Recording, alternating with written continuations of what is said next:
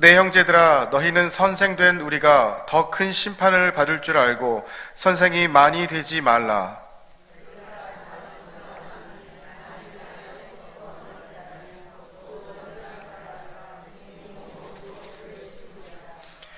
우리가 말들의 입에 재갈 물리는 것은 우리에게 순종하게 하려고 그 온 몸을 제어하는 것이라.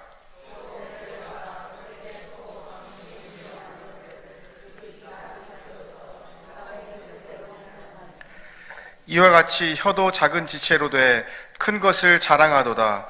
보라, 얼마나 작은 불이 얼마나 많은 나무를 태우는가.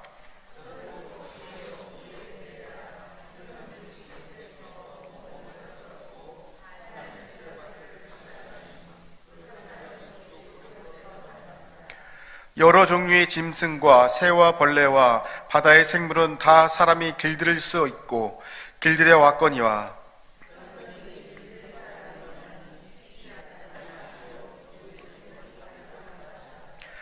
이것으로 우리가 주 아버지를 찬송하고 또 이것으로 하나님의 형상대로 지음을 받은 사람을 저주하나니,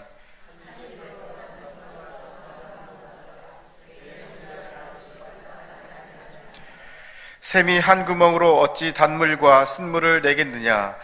내 형제들아, 어찌 무화과 나무가 감람 열매를, 포도나무가 무화과를 맺겠느냐. 이와 같이 짠 물이 단물을 내지 못하느니라. 할렐루야. 수협에 나오신 분이 최고예요. 왜냐하면 새벽은 너무 일찍 잠들어서 중간에 깨가지고 올 수도 있지만, 수협에는 새벽 기도도 하고 또 생활의 삶의 현장 가운데 있다가 피곤하고 지쳐서 나온 분이기 때문에 정말로 믿음 있는 분입니다. 방송실 하울링이 안 새게끔 좀 조절해봐요. 그리스도의 우화 작가 이솝은 BC 6세기경에 사모스에서 철학자 쿠진토스라는 사람의 노예로 일을 하고 있었습니다. 그의 총명과 지혜가 뛰어남을 알았던 그는 주인의 사랑을 받고 있었는데, 하루는 주인이 이 이솝의 슬기로움을 이렇게 시험하기 위해서 다음 같은 질문을 했다 합니다. 세상에 제일 귀하고 좋은 것이 무엇이냐 물었더니 사람이 혀입니다, 그렇게 이야기했어요. 그리고는 이렇게 말했습니다. 혀는 진리와 이성을 표현할 수 있는 기관이기 때문에 혀는 가장 귀하고 좋은 것입니다.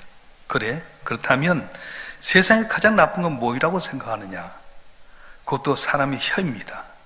혀는 남을 중상하고 모략하는 도구로 사용될 수 있는 기관이기 때문에 그렇습니다. 그렇게 설명했습니다. 우리가 똑같은 입에 나온 혀지만 혀가 좋은 것이 될 수도 있고 나쁜 것이 될 수도 있다는 겁니다. 하나님께 우리 신체에 다 2개씩을 주었어요.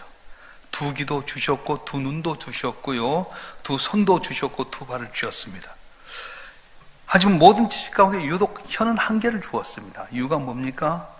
말하기 전에 2번 생각하고 말보다 행동이 앞서야 될 것을 깨닫게 하기 위해서 혀를 하나만 주었고, 눈이나 귀나 손이나 발은 2개를 주었답니다.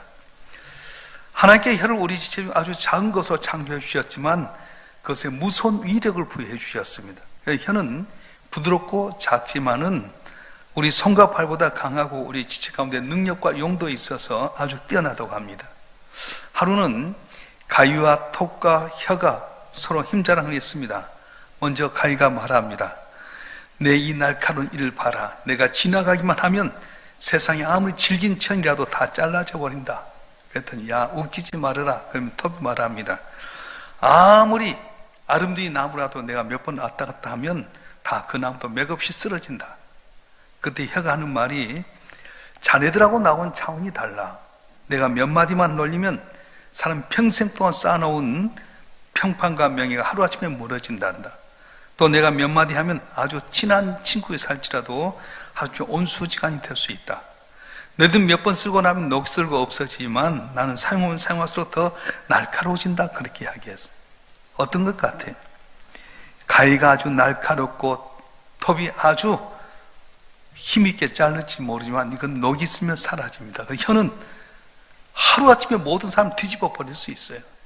높이기도 하고 낮추기도 하고 서로 간에서 좋은 사람도 온수가 되기도 하고요. 혀는 쓰면 쓸수록 더 잘 된다는 겁니다. 오늘 야고보서 3장 2절 이렇게 말합니다. 다 같이 한번 읽어볼까요? 시작. 우리가 다 실수가 많으니 만일 말에 실수가 없는 자라면 곧 온전한 사람이라 능히 온몸도 굴레 씌우리라. 아멘. 표준 세번역 성경에는 누군지 말을 하면서 실수하지 않는 사람은 온몸을 지할 수 있는 온전한 사람입니다, 이렇게 이야기했어요. 어떤 사람이 온전한 사람입니까? 팔, 다리, 모든 몸의 신체가 건강한 사람입니까? 그럴 수도 있습니다. 그런데 성경에서 말하는 온전한 사람, 말에 실수가 없는 사람이다, 그렇게 말합니다. 다시 말하면 우리 인간은 실수가 많아서 온전하기 어렵지만은 특별히 말에 실수가 없으면 온전한 사람이다, 그렇게 말합니다. 자, 그러면 어떻게 온전한 사람이 되게 됩니까? 말에 실수하지 않으면. 교육심리학자인 블룸은 이렇게 말했습니다. 가정 요건에서 어느 환경도 있고 물질적 환경도 있는데 가장 중요한 것은 물질적인 환경보다는 말의 어느 환경이다, 이렇게 말했습니다. 가정에서 어떤 말을 주고받느냐에 따라서 자녀들 교육이 영향을 끼친다는 말입니다. 어릴 때 애들이 보고 듣는 걸 통해서 자라나게 되는데요, 어른이 말한 그대로 배우게 됩니다. 그래서 가정에서 어른들이 말 조심해야 돼요. 여러분들이 교회 안에서 있었던 이야기를 집에서 어떻게 말하느냐에 따라 여러분 자녀가 믿음의 사람이 될 수도 있고 불신앙의 사람이 될 수도 있습니다. 여러분 자녀가 예수 잘 믿냐 못 믿냐 여러분께 달려있어요. 말을 잘해야 됩니다. 우리 교회가 처음에 개척하면 시작했던 것처럼 칭찬하는 교회, 자랑하는 교회, 나보다 더 낫게 여긴 교회를 했던 건 뭐냐면 말 때문이에요. 칭찬해 줘야죠. 예수님 칭찬, 교회 칭찬, 목사님 칭찬, 또 장로님, 권사님 칭찬하면요, 애들이 그때 야, 그게 뭐가 이렇게 좋지? 오지 않겠어요? 또 막 자랑, 예수님 자랑, 교회 자랑, 목사님 자랑, 권사님 자랑 서로 자랑해야 돼요. 항상 남을 나보다 낫게 겸손하면 애들이 볼 때 달라지지 않습니까? 사람이 말할 때 말이 별로 아닌 것 같지만 한마디 때문에 사람을 살리기도 하고 주기도 할 때가 있습니다. 혀는 작은 것 같지만 힘이 대단합니다. 오늘 본문에 보면 말을 세 가지로 비유해서 듣고 있는데, 첫째는 말의 재갈이라고 해요. 말 타는 이 말이라는 단어가 말도 있고 말도 있잖아요. 우리 사람이 타는 말을 짧게 해서 말을 탄다, 말을 한다 이렇게 하는데 말의 재갈이라고 표현했고요. 오늘 4절에 보면 큰 배를 움직인 키를 이야기했습니다. 그리고 5절에서는 많은 나무를 태우는 작은 불씨다 이렇게 이야기합니다. 재갈은 말의 입에다가 물리는 걸 말하게 되는데, 말이나 손은 굉장히 사람보다 힘이 셉니다. 그런데 입에 재갈을 물리다 보니까 사람이 말에 순종할 수 있습니다. 사람도 마찬가지입니다. 이 말을 하는 데 있어서 재갈을 멀려야 된다는 거예요. 큰 배의 키는 거대한 그 배를 이끌었는데 변함없이 올바른 방향을 인도하게 됩니다. 그런데 어떻게 해서 키 하나에 따라서 좌로 가기도 하고 우로 갈 수 있다는 겁니다. 그래서 사람의 혀는 배의 키와 같아서 사람을 방향을 정할 수 있습니다. 작은 불씨는 뭡니까? 삽시간에 많은 나무를 순식간에 태워버립니다. 그래서 우리 말을 참 조심해야 돼요. 탈무드에 보면 당 같은 이야기가 나옵니다. 어느 상이 시장바닥에서 지혜를 판다고 소리를 쳤는데, 사람이 성공하고 행복하게 된 비결을 내가 압니다. 그 지혜를 나기 사십시오. 그랬더니 사람들이 많이 모아들었어요. 빨리 이야기해달라. 돈부터 내라고. 딱 돈을 다 걷었어요. 빨리 해달라고. 성공하는 비결이 뭐냐? 행복하게 사는 비결이 뭐냐? 그랬더니 말 조심해. 그러고 가더라고요. 말 조심해야 돼. 지금 적진권에서도 말 조심 못해서 다 어렵지 않습니까? 말 조심하는 게 지혜입니다. 혀로 하는 말은 사람에게 주어진 특권이면서 동시에 무거운 책임을 지니고 있는 것이 바로 혀라고 하는 것입니다. 한 번 나간 말은 줄 수가 없어요. 어느 시골교회 목사님께서 병으로 고생한 여자 성도를 신방을 했어요. 한 번만 계속 신방하니까 교회 집사님 몇몇이 이야기한 거예요. 목사님 그 여자 좋아한가 봐. 남편도 없고 애도 없고 혼자 사는 가부인데 목사님이 좋아한가 봐. 이런 말을 들어서 변함없이 목사님 신방을 갑니다. 그러다 어느 날 이 형이 죽고 말았어요. 알고 보니까 이는 암에 걸려 있었는데 누구도 찾아오지 않으니까 목사님께 꾸준히 신방을 갔습니다. 이 사실을 알았던 이 세 명의 이 집사들이 목사님 찾아왔어요. 목사님 우리가 잘못했습니다. 우리가 목사님한테 함부로 말해서 누를 끼쳤습니다. 용서해 주세요. 그랬더니 목사님 하신 말씀이, 그래요. 내 조건을 하나만 따라주면 기꺼이 용서하겠습니다. 뭡니까? 집사님 댁에 가면 검정닭이 있을 겁니다. 빨간 닭 말고 검정닭. 검정닭을 잡아서 다 깃털 뽑아 오십시오. 그럼 용서해 주시겠습니까? 일단 갖고 오라고. 그래서 이 집사람들 갖고 검정닭을 잡아서 다 깃털 뽑아 갖고 왔어요. 목사님 이제 용서해 줄 겁니까? 한 가지 더 해야 됩니다. 산 언덕에 올라가서 이것을 다 뿌리고 오십시오. 알겠습니다. 그리고 다 닭들 뿌리고 왔어요. 왔는데 이제 다 됐지요? 그랬더니 아니다고. 가서 그 닭들 다들 걷어오라고. 아니 목사님 파란길 다 어디로 가는지 모르는데 어떻게 가오랍니까? 그랬더니 목사님 하신 말씀이 집사님 말을 한번 하고 나면은 다시는 주워 담을 수가 없습니다. 다시는 거짓된 하지 마십시오 하면서 용서해 줬다는 이야기입니다. 예수님께서 마태복음 15장 12절에서 이렇게 말씀하셨는데요. 한번 읽어볼까요? 마태복음 15장 11절 말씀 시작. 입으로 들어간 것이 사람을 더럽게 하는 것이 아니라 입에서 나온 그것이 사람을 더럽게 하는 것이니라. 아멘. 말은 어디서 나오냐면 마음에서부터 나옵니다. 마음속에 있는 것이 입 밖에 나오는 거예요. 오늘 야고보서 3장 11절 말씀 읽어볼까요? 오늘 본문의 말씀 시작. 샘이 한 구멍으로 어찌 단물과 쓴물을 내겠느냐. 아멘. 이 샘은 마음을 상징하고 있고 물은 우리 입 밖으로 나오는 말을 이야기하고 있습니다. 물이 짜다 달다 논하지 말고 샘의 근원이 무엇인지 알라는 거예요. 샘의 근원이 짜면 짠물이 나오게 되고 샘의 근원이 달면은 단물이 나올 수 있습니다. 여러분 성지순례 가면 갈릴리 바다에서 쭉 남쪽으로 내려오면 사이바다라고 있는데 사이바다 근처에서 이게 구덩이를 파게 되면 짠물도 나올 때도 있고 어쨌든 단물도 나올 때도 있어요. 그래서 가이드들이 이야기합니다. 어떤 때는 짠물도 나오고 어떤 때는 단물이 나오는데 왜 그러냐? 사해바다에 근원을 두고 있는 데서 물을 파면 짠물이 나오지만 똑같은 지역인데 산에서부터 흘러내려온 물은 단물이 된다는 거예요. 똑같은 물이지만은 샘의 근원이 어디냐? 샘의 근원이 산이면 단물이 나오지만 사해바다 짠물 속에 나오면 짠물이 나오게 된다는 겁니다. 그렇습니다. 우리가 말하는 마음속에 있는 것이 밖으로 나오게 된다는 거예요. 어떤 마음 갖느냐 참 중요합니다. 오늘 야고보서 3장 12절 이렇게 말씀하는데요. 다 같이 한번 읽어볼까요? 야고보서 3장 12절 시작. 내 형제들 어찌 무화과 나무가 감람 열매를 포도나무가 무화과를 맺겠느냐. 이와 같이 짠물이 단물 내지 못하느니라. 아멘. 여기서 나무가 상징하는 것도 우리 마음을 이야기하고요. 열매가 상징하는 것은 우리 밖으로 내놓은 말을 상징하고 있습니다. 나무가 좋아야 열매도 좋고요. 나무가 나쁘면 좋은 열매를 맺을 수 없습니다. 그래서 예수님은 누가복음 6장 45절에서 이렇게 말씀하셨어요. 한번 읽겠습니다. 누가복음 6장 45절 시작. 선한 사람 마음에 쌓은 선에서 선을 내고 악한 자는 그 쌓은 악에서 악을 내나니 마음에 가득한 것을 입으로 말함이니라. 아멘. 우리 마음에 있는 그 말이 그대로 나온다는 거예요. 기억하셔요. 몇십 년 신앙생활했다 직분이 누구다 그거 중요하지 않습니다. 말 들어보면 알 수 있어요. 여러분 제가 모르는 것 같죠? 말 들어보면 이분 정도가 이 정도밖에 안 된다 다 알아요. 장로 돼도요 입에서 욕 나오면 그 사람 마음에 쓴뿌리가 있는 거예요. 초신자도요 말을 좋게 하고 하면은 그분 마음이 근본이 좋은 거예요. 어떤 미국 선교사님하고 한국 목사님이 같이 이제 세미나니까 탐방에 자게 됐답니다. 아침에 같은 방에서 일어난 똑같은 시간에 일어나가지고 이제 이 선교사님 하신 말씀이 아이고 Praise the Lord 주여 찬양합니다. 그런데 한국 목사 아이고 죽겠네 그러더라고요. 그래서 아니 목사님 방금 뭐라 했냐고. 죽겠다고요? 그때 목사님 딱 알아주는 아니 그것이 아니라 죽게 있다고 그렇습니다. 그렇게 했다는 거예요. 여러분 우리나라 사람 죽겠다는 말을 잘합니다. 배고파 죽겠다, 배불러 죽겠다, 미워 죽겠다, 좋아 죽겠다, 웃어 죽겠다, 피곤해 죽겠다. 그런데 그런 말 하지 않아도 다 언젠가 죽을 텐데 그렇게 말할 때가 참 많아요. 말을 바꿔서 죽게 있다 그렇게 해야 돼요. 배고픔도 죽게 있고 배부름도 죽게 있고 생각하면 말의 시가 우리의 삶이 이어지게 됩니다.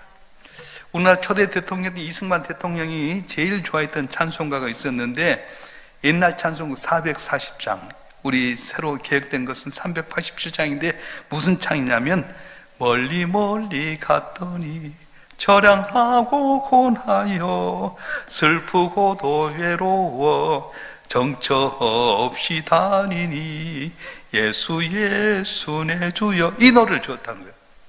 근데 정말로 그 말대로 나를 쫓겨가지고 하와이에서 멀리 가게 됐다는 거예요.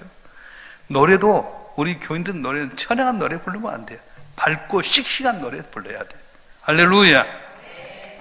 어떤 교회 구역장은 제일 좋아하는 찬송이 525장 돌아와 돌아와 마음이 고난이요, 계속 그 찬송을 했더니 많은 사람이 돌아왔다는 거예요.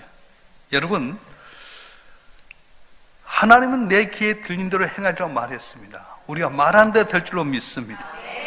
말은 마음의 편이기 때문에 아무리 무의식 가운데 했던 말일지라도 마음속에 있는 것이 그대로 드러나게 돼 있습니다. 말뿐이었어, 내 본심은 안 그래. 그래도 여러분 들어가 보면 그 마음에 섰던 말이 나온다는 거예요. 제가 아는 목사님은 꼭 그런 말이에요. 마음은 안 그래. 천만의 말씀. 말이 다 마음에서 나온 거예요. 교회 안에서 왜 문제가 생깁니까? 말 때문이잖아요. 온전한 사람이 어떤 사람입니까? 말에 실수가 없는 사람이에요. 우리 성도를 한 분 한 분도 말을 잘했으면 좋겠습니다. 하나님은 내가 말등에서 반드시 심판하십니다. 하나님께 우리가 말한 대로 거두게 하십니다. 열왕기하 7장에 보면 제가 설교할 때 썼습니다마는 아람한 베다라지 사마리아 성을 포위했어요. 장기전으로 가는 가운데서 물가는 올라가고 먹을 것은 없게 되고, 정말 형편이 말이 아니었습니다. 어느 정도냐면 두 여자가 애를 낳았어요. 너무 배가 고프니까 하는 말이, 오늘은 네 애를 삶아 먹고 내일은 내 애를 삶아 먹자. 그래서 너무 배가 고프니까 자기 애를 하나 삶아 먹었어요. 그 다음날 네 애를 내놔라 그랬더니 못 내놓는다. 그래 왕한테 이야기한 거예요. 왕이요, 우리가 정말 먹을 것이 없어서 둘이 아이 하나를 갖고 있는, 하나는 삶아 먹고 그 다음날 삶아 먹게 내 아이를 줬습니다. 근데 내 아이는 삶아 먹었는데 얘 안 내놓습니다. 이 말 듣고 왕이 가슴을 찢었어요. 그때 이 말을 들었던 엘리사가 뭐라고 이야기하냐면, 내일 이맘때는 좋아질 것이다 말합니다. 오늘 낙이 머리 하나에 80세겔이지만 내일은 고운 가루 한 사에 한 세겔을 하리라. 근데 군대 장관 옆에 있다가 말합니다. 아니, 하나님께 하늘문 여신들 이런 일이 있을 수 있겠느냐? 그때 엘리사 하는 말이, 네가 네 눈으로 보리라. 그러나 그것은 먹지는 못하리라 말씀하셨어요. 하나님이 하늘 여신들 이런 일이 있을 수 있겠느냐? 너는 그걸 보지만 네 말대로 보지 못하리라 말합니다. 그 밤에 하나님께 아람 군대에 큰 말바꾸 소리가 들리게 만들었습니다. 이 아람 나라 사람들이 생각할 때 헷족속과 애굽의 군대를 아마 이 사마리아 왕이 돈을 주고 용병을 샀나 보다. 그래가지고 큰 말바꾸 소리 놀라가지고 저녁에 다 도망가 버렸어요. 성 밖에 있는 나병 환자 4명이 있었습니다. 성 안에 들어가지도 못하고 밖에 있지도 못하고, 성 안에 있는 사람도 뭐 먹고 있는데 밖에 있는 사람은 얼마나 힘들겠습니까? 그래서 이왕이면 죽으려면 아람 군대에 가가지고 차라리 살리면 살지만 죽으면 죽으리라. 거기는 먹을 거 있지 않겠냐 딱 갔더니 아무도 없는 거예요. 보니까 음식을 막 지글지글 끓여놓고 있는데 다 놔두고 갔어요. 정신없이 먹고, 안에 보니까 사람이 없는데 막 거기에 은도 있고 금도 있고 의복도 있고 정신없이 값추기 시작합니다. 근데 정신 차려졌어요. 이러다면 안 되겠다. 그래가지고 이제 성에다 이야기해야 되겠다. 내일 날 봐갖고 이걸 알게 되면 우리 소유가 선하지 못하니까 궁에 이야기하자. 궁에 이야기를 했습니다. 왕이 정탐꾼을 내서 딱 살펴보았더니 정말로 아람지는 아무도 없는 거예요. 이 기쁜 소식을 듣고 성 밖으로 우르르 밀려오는데 이 장관이 성문에 딱 있다가 사람들이 의해서 밟혀서 죽고 말았어요. 이태원 참사 사건이 작년이었는데 그 사건이 벌써 아람 나라에 오래전에 있었어요. 그 장관은 자기 말한 대로 하나님이 하늘문 여신들 이런 일이 있을 수 있겠느냐 말했다가 그 말대로 너는 보지만 정녕 먹지는 못하리라 했던 것처럼 우리 말 잘해야 된다는 겁니다. 말의 근원지 마음입니다. 마음을 바꿔야 됩니다. 우리가 실수할 때가 있습니다. 말에 실수할 때 어떻게 해야 됩니까? 이런 말 하면 안 되겠다 싶으면 빨리 하나님께 회개하고요. 그리고 말을 바꿔야 돼요. 이 말을 바꾼다고 하는 건 그냥 된 것도 아닙니다. 마음을 바꿔야 된다는 겁니다. 마음이 바뀌지 않는 말이 바뀌어지지 않습니다. 우리 마음을 바꿔야만이 그 마음의 샘에서 단물이 솟아나오게 된다는 거예요. 할렐루야. 좀 전에 읽었던 야고보서 3장 12절 하반절에 보면 이와 같이 짠물이 단물을 내지 못하느니라 이렇게 말했습니다. 샘의 근원이 바꿔져야만이, 샘의 근원에 따라서 단물이 나올 수도 있고 쓴물이 나올 수도 있습니다.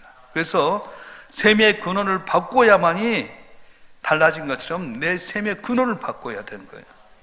자, 우리가 언어 훈련을 한다고 하는데 마음은 그대로 제 말만 바꾼다. 그때는 조금 할 수 있어요. 근데 곧바로 많이 달라집니다. 이제 제가 여러 후배 목사들 가운데서 말을 이렇게 말을 올리지 않고 말을 이렇게 내린말을 많이 하는 후배가 있었어요. 그래서 자네 말을 올려. 괜히 교인들하고 할 때 말을 내리다 보면 걸릴 수 있어. 알았어요? 그래 놓고 또 보면 그렇게 내리더라고. 올무에 걸릴 수가 있습니다. 언어 훈련은 마음은 그대로 저 말만 바꾼 것이 아닙니다. 말의 근원이 마음부터 바꿔야 됩니다. 우리 언어 훈련 소리에 관한 것이 아니라 바로 심성에 관한 것입니다. 그래서 훈련만으로 된 것이 아니라 뭘로 되냐? 믿음으로, 성령의 역사로 변화가 된다는 거예요. 할렐루야. 그래서 지금 우리가 성령 강림주의로 계속 몇 주 이렇게 하고 있는데 우리에게 제일 중요한 것은 성령이 우리 가운데 임해야 된다는 거예요. 할렐루야. 피곤해서 지금 어쩔 줄 모르고 빨리 안 끝나나 그럴지 모르지만은 그래도 왔으니까 정신 차리고 말씀 가운데 변화됐으면 좋겠습니다. 믿음의 말은 환경이나 분위기에 따라 달라진 것 아닙니다. 이스라엘 12명의 정탐꾼이 가나안 땅을 정탐하고 돌아왔어요. 10명의 정탐꾼은 뭐라고 말합니까? 그 땅에 거인이 살고 있다. 우리는 그들 앞에 메뚜기가 같다. 죽을 수밖에 없다.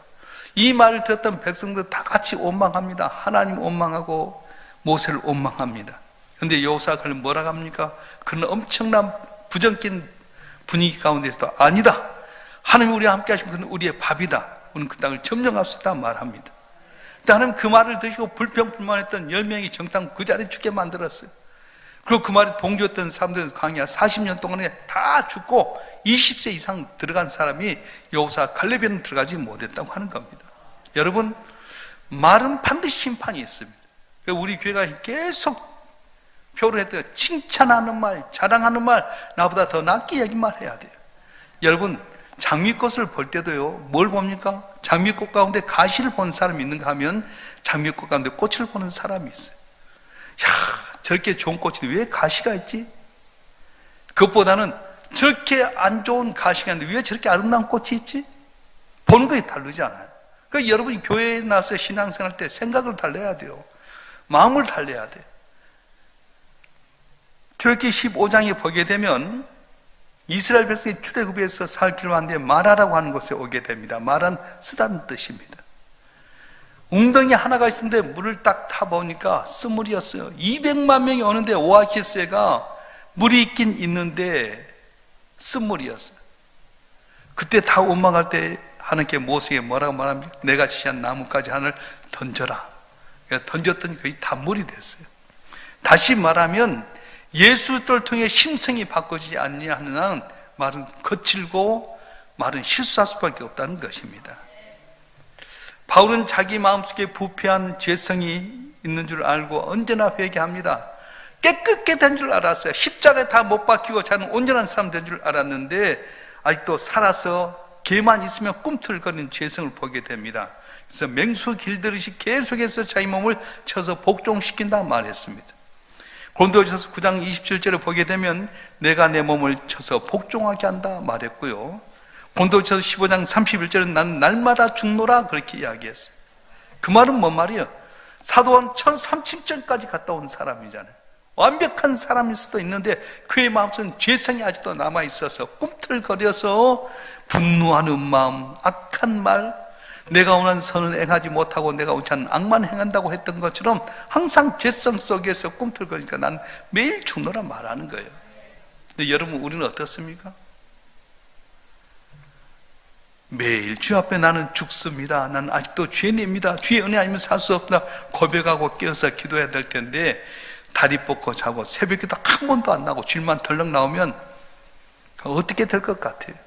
난 적어도 우리 장로님, 안쌤, 권사님들은 거기 맞게끔 직분 주었기 때문에 더 잘해야 돼요. 그냥 장로되고 안수되고 권사되지 않습니다. 직분 주었으면 거기 맞게끔 껴서 기도해야 돼요. 나는 맨날 죽어야 돼요.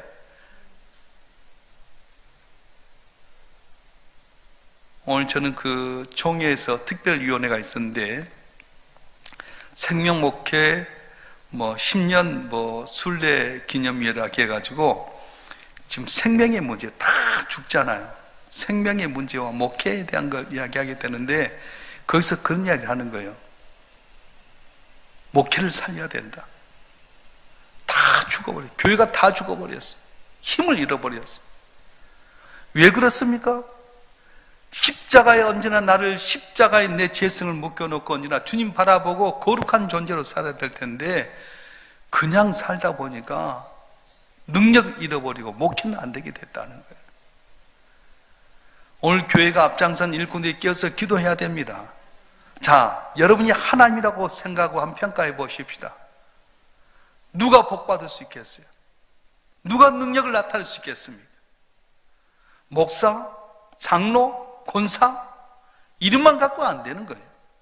나는 매일 중노를 했던 것처럼 주님 바라보고 주 앞에 거울을 바라보면서 주의 십자가의 그늘 아래서 딱 쉬면서 나를 볼 때 잘못된 걸 회개하고 잡아갈 때 능력이 나타나고 기적이 나타나는 거지. 가만히 있어서는 겉모양 갖고는 변화되지 않는다고 말씀하는 겁니다. 우리 신체 중에 중요한 것은 하나님께서 보호해 주셨어요. 뇌는 두개골로 보호해 주셨고요, 심장 갈비뼈로 보호해 주셨습니다. 세상에 위력 있는 게 몇 급으로 보호하게 됩니다. 온자력도 보호하기 위해서 아주 가면 철통같이 보호하게 되고요, 가스 저장하는 것도 철통같이 보관합니다. 폭발물 저장도 겹겹이 싸서 보관합니다. 왜냐하면 위력이 있기 때문에. 근데요, 우리 혀를 하나님께 이중잔치로 보호했잖아요. 입술하고 그리고 이빨로 이중으로 보호해놨어요. 무슨 뜻입니까? 말할 때 삼가 조심해서 해야 될 걸 교훈하고 있습니다. 말은 적대, 말은 신중하게 진실하게 해야 됩니다. 주님을 사랑하는 그 마음으로 우리가 살게 된다면 사랑의 말을 해야 된다고 하는 거예요. 우리 성도들 가운데 교회에 대해서 이야기할 때 항상 긍정적인 말 해야 돼요. 좋은 말, 칭찬한 말, 덕을 세우는 말. 내 심령 속에 변화돼서 그렇게 하게 될 때 내게 들린 대로 행하려는 말씀대로 주께서 놀라운 복을 주실 줄로 믿습니다. 그러니까 온전한 사람은 다른 것이 아니에요. 혀를 조심하고 말을 잘 컨트롤할 수 있는 사람.